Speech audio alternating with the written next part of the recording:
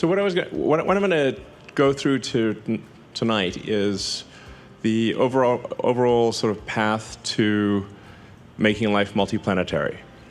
So we're doing a lot of good things at SpaceX. I mean, Starlink is incredible, providing connectivity throughout the world, and also, paying for a lot of what we're doing here. And Falcon 9 is the primary launch vehicle for Earth, just doing more non-SpaceX launches than anything else. And but Starship is Starship is the first design of a rocket that is actually capable of making life multiplanetary, where success is one of the possible outcomes. No rocket before this has had the potential to extend life to another planet. And I'll sort of wax esoteric here for a minute, because this may sound sort of unusual, but when you think about the question of where are the aliens, which I get asked a lot, this is like the Fermi paradox. Where are the aliens? And I've not seen any evidence that there are aliens on Earth. A lot of people think there are aliens on Earth, and I'm like, great, I'd like to meet one. For a while there, when I was getting my green card and everything, it said alien registration card. I'm like, okay. But this question of where are the aliens is, I think, a very profound one, because I'm aware of no evidence of aliens whatsoever, which means that I think we're probably alone. And if you look at the history of Earth, like how long has Earth been around? Assuming that physics is correct, the universe is about 13.8 billion years old. Earth is about 4.5 billion years old. When you think about how old is civilization, I think the right measuring point for civilization, in my view, or a good measuring point, would be the advent of writing. So the first writing is generally considered to be the ancient Sumerians. Where are they now? They died out, but about 5,500 years ago, it was archaic pre-cuneiform. In fact, I suggest it's like an interesting rabbit hole to read about the history of writing. So if you consider, say, like, okay, civilization, I think if you don't have writing, you kind of need writing for civilization. So it's only been around for like a little over 5,000 years out of 4.5 billion years that Earth has been around, and the 13.8 billion years of the universe. So all of human civilization is basically the blink of an eye. It's like just a fraction. It's nothing. And I think that probably means that consciousness is incredibly rare, and perhaps fleeting. It may not last for very long. Because otherwise I think we would have seen aliens, some kind of sign of aliens. I think the most likely explanation is that consciousness is so rare that and does that consciousness actually extend to another planet? Does that consciousness extend to another star system? I mean, ultimately, if we're able to become a spacefaring civilization, a multi-planet species, and ultimately a multi-stellar species, and go out there and explore all these star systems, I think we may find that there are many long-dead one-planet civilizations. And as you've heard me say before, we don't want to be one of those lame one-planet civilizations. I mean, we want to be a multi-planet civilization, ultimately be a multi-stellar civilization, be out there among the stars. Like, make science fiction not fiction forever. Kind of make Star Trek real. So that's why I think that there's a high urgency to making life multiplanetary. Because this is the first time in Earth's 4.5 billion year history that it's been possible to extend life or consciousness beyond Earth. And we've got to do that while civilization is still strong. So that's the overarching goal of the company, is extend life sustainably to another planet. Mars is the only option, really. And to do so, ideally before World War III or some kind of bad thing. The key thing is that we need enough people and enough tonnage on Mars such that Mars can survive and continue consciousness even if something were to happen to Earth. Now, I still think, well, obviously, I'm not talking about abandoning Earth or anything like that, and we want Earth to be as good as possible for as long as possible, but there are certain things that may be outside of our control.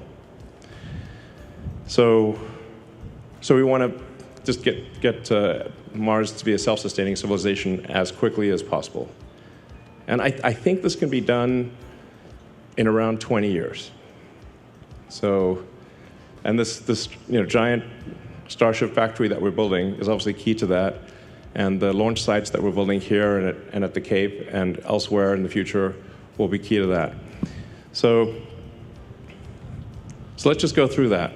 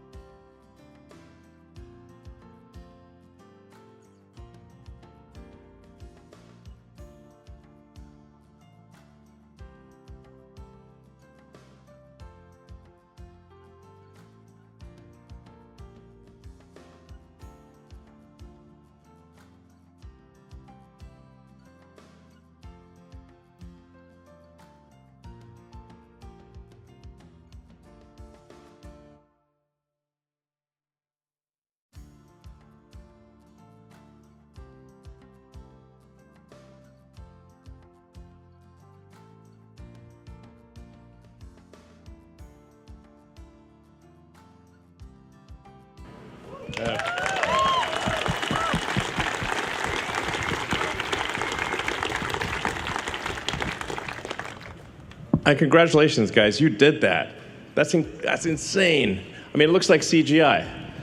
I mean, it's hard to believe that is unfiltered video. That's just the actual what the camera saw. No filters, no nothing.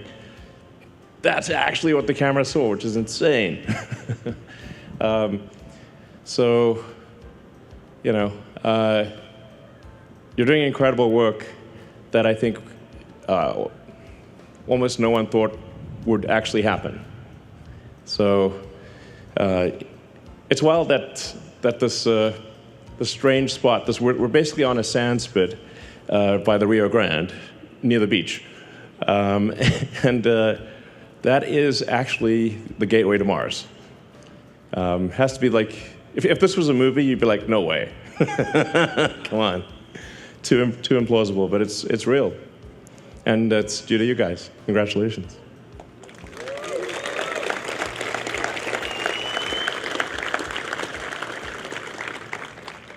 is a side-by-side of the 3 flights. You can see our thruster weight improved significantly.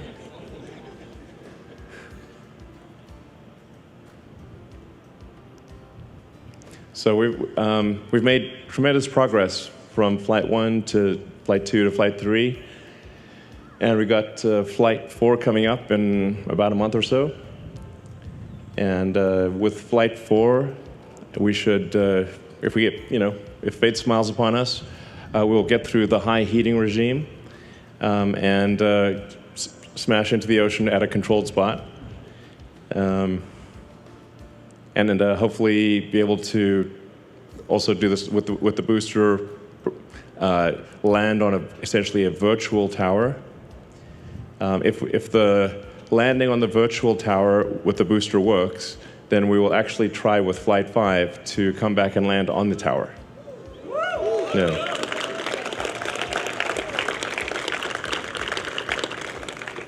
That's very much a success-oriented schedule, but it is in the realm of possibility.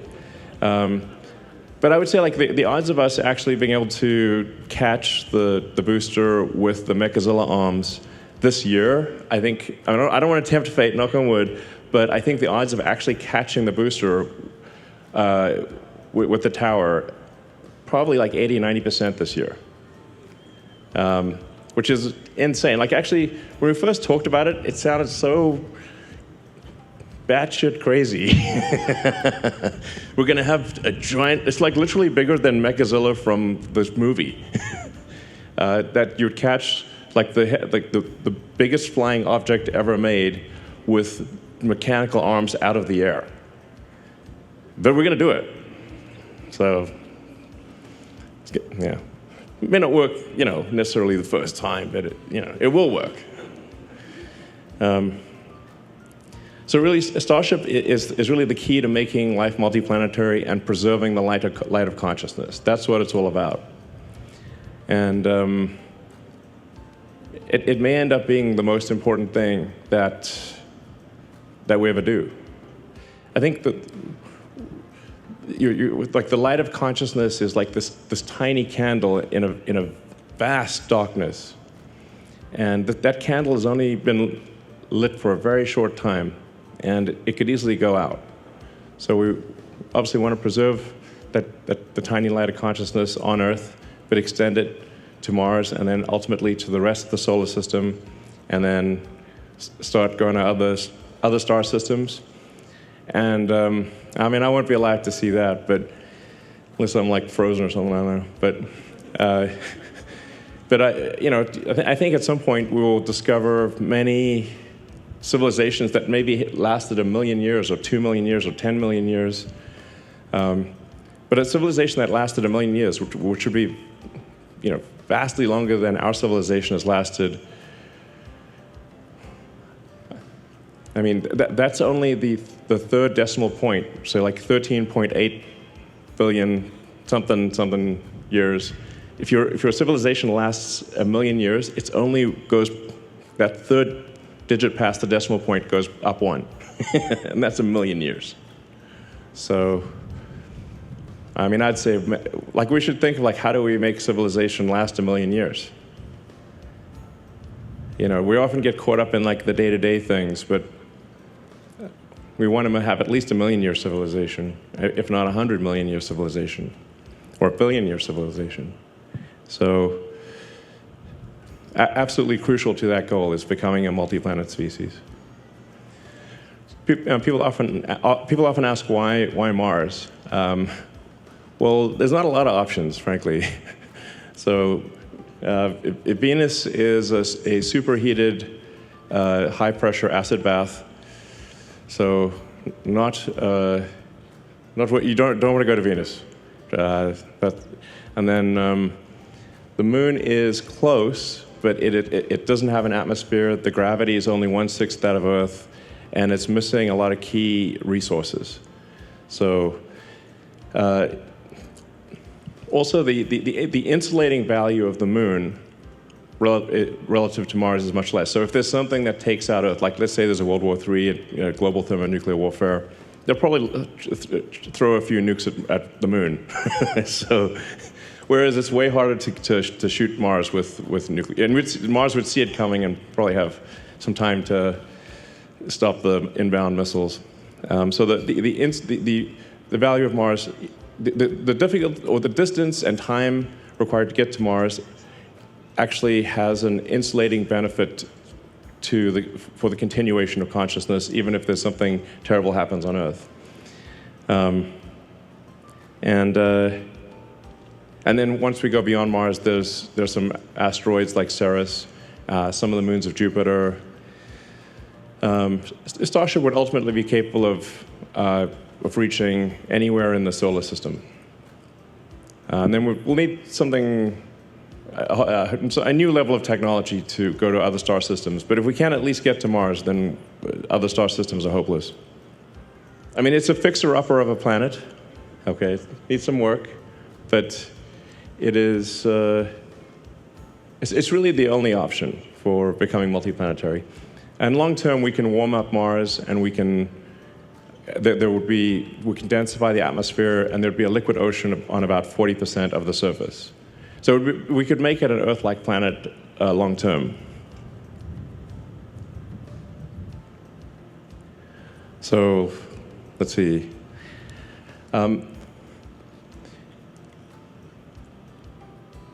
We've learned a tremendous amount from when we started the company, and at first were unable to get even a small rocket to orbit, to now where we've done 327 successful launches, almost 300 landings. In fact, give it a few weeks and we'll have done 300 landings. 261 reflights.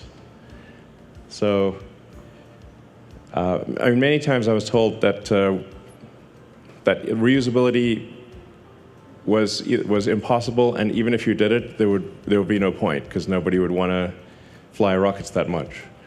But now we routinely fly and land the booster, and we recover the fairing. So we've learned a tremendous amount from the Falcon program that is then feeding into the Starship program. And Falcon and Starlink are what obviously keep the company going. So I'd just like to give a hand to the Falcon team for the incredible work that they're doing.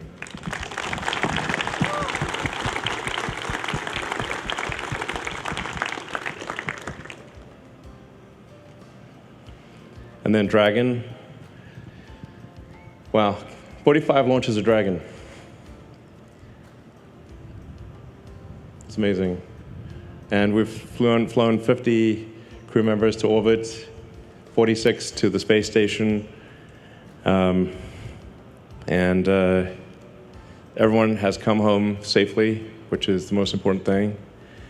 So, incredible work by the Dragon team. So let's give them a hand. That was couldn't ask for a better outcome.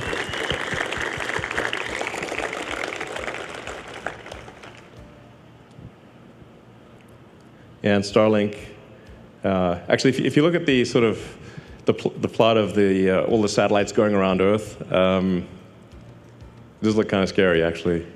But there's 6,000 satellites in operation, over 6,000, and 10,000 lasers, almost 3 million customers. So Starlink is doing a lot of good for people on Earth who either don't have internet access or it's very expensive, and so it's doing a lot of good, on Earth. Because when I say we want to be a multi-planet species, we obviously want Earth to be as good as possible, and Mars to be great. So Starlink is doing a tremendous amount of that, and we're learning a lot by having this big fleet. Starlink will also be very important for high bandwidth communication to and on Mars. So, from a tiny rocket to Falcon 9, which is a much bigger rocket, many iterations of Falcon 9, and then Falcon Heavy, and then Starship. And Starship will get bigger, obviously. This year, if if things go according to plan, SpaceX will do probably 90% of all Earth mass to orbit. And then China will do about 6%, and the rest of the world will do about 4%, which is pretty wild. And then once Starship is flying, we'll be doing over 99% of all Earth mass to orbit, which you kind of have to do in order to build a city on Mars. And I should say we'll also build a lunar base as well, so it might as well along the way. So you can see that actually Falcon 1 was really, half a ton to orbit. I think we slight error on the slide there. So Falcon 1 was about half a ton to orbit. Falcon 9, depending on in expendable mode, would do probably 25 tons to orbit. Falcon Heavy, probably 70. Anyway, these are just obviously rapidly increasing numbers. And Starship, in its final configuration or its final form, will probably do well over 200 tons to orbit with full reusability, and be able to fly multiple times a day. So